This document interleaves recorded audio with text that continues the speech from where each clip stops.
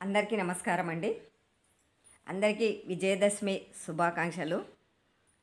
విజయదశమి అంటేనే విజయం చేకూర్చే పండుగ అని మనం ఆనందోత్సవాలతో విజయదశమి పండుగను 9 రోజులు నవరాత్రులుగా జరుపుకొని ఆఖరి రోజు 10వ రోజు దశమిగా విజయదశమిగా అమ్మవారిని దర్శనం చేసుకుంటాము. ఈ విజయదశమి రోజు మనం ఏదైనా కోరికలు కోరుకున్న తర్వాత మనం ఏదైనా పని మొదలు పెట్టినా అంతా విజయం జరుగుతుందని మనకు ఒక మన పూర్వీకులు కానీ మన పురాణాలు కానీ చెబుతాయి.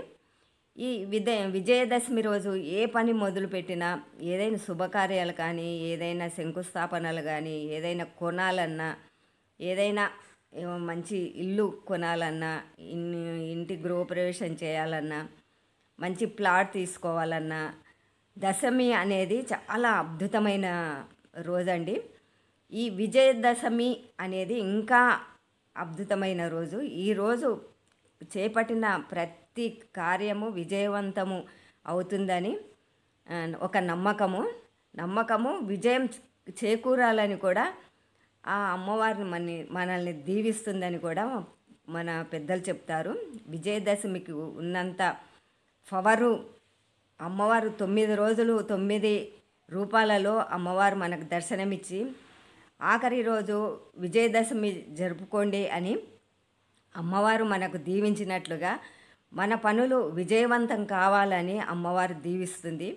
ప్రతి ఒక్కరూ ఏదైనా పని చేపట్టాలన్నా ఏదైనా వస్తువు కొనాలన్నా బంగారం కొనాలన్నా తర్వాత ఏదైనా వాహనాలు కొనాలన్నా చెప్పాను కదా, ప్లాట్ కానీ ఇల్లు కానీ ఏది కొనాలనుకున్నా ఏదైనా శుభకార్యం చేయాలి అనుకున్నా పెళ్లి సంబంధాలు అమ్మాయిని కానీ అబ్బాయిని కానీ చూడాలి, పెళ్లి చూపులు వెతకాలి చూడాలి అనుకున్నా కూడా ఈరోజు మాత్రం చాలా అద్భుతమైన రోజండి. విజయదశమి అంటేనే మనకు విజయాలను చేకూర్చే దశమిగా మనము భావిస్తాము. భావించడం కాదండి, ఇది నిజమండి. ఈరోజు పని మొదలు పెడితే చక్కగా విజయవంతము చేకూరుతుంది. మనం అనుకున్న కోరికలు నెరవేరుతాయని ఆ తల్లి విజయదుర్గ విజయలక్ష్మి మనల్ని ఆశీర్వదించాలని అందరినీ కోరుకుంటున్నాను. మీరు చేకూర్చుకునే పనులు విజయవంతం కావాలని కూడా నేను కోరుకుంటున్నాను. ఆ అమ్మవారి తరపున మీకు అందరికీ విజయదశమి శుభాకాంక్షలండి. అందరూ చక్కగా ఆనందోత్సవాలతో విజయదశమి జరుపుకోవాలని అమ్మవారి ఆశీస్సులు అందరిపైన ఉండాలని సాయంకాలం కాగానే దశమి రోజు సాయంకాలము అందరూ శమి దర్శనం చేసుకుంటే ఇంకా విజయం కలుగుతుందని నాకు ఒక నమ్మకం అండి. కాబట్టి మన పెద్దలు చెప్పింది కూడా ఇదేనండి. కాబట్టి అందరూ విజయదశమి రోజు దేవాలయాలను దర్శించుకోండి.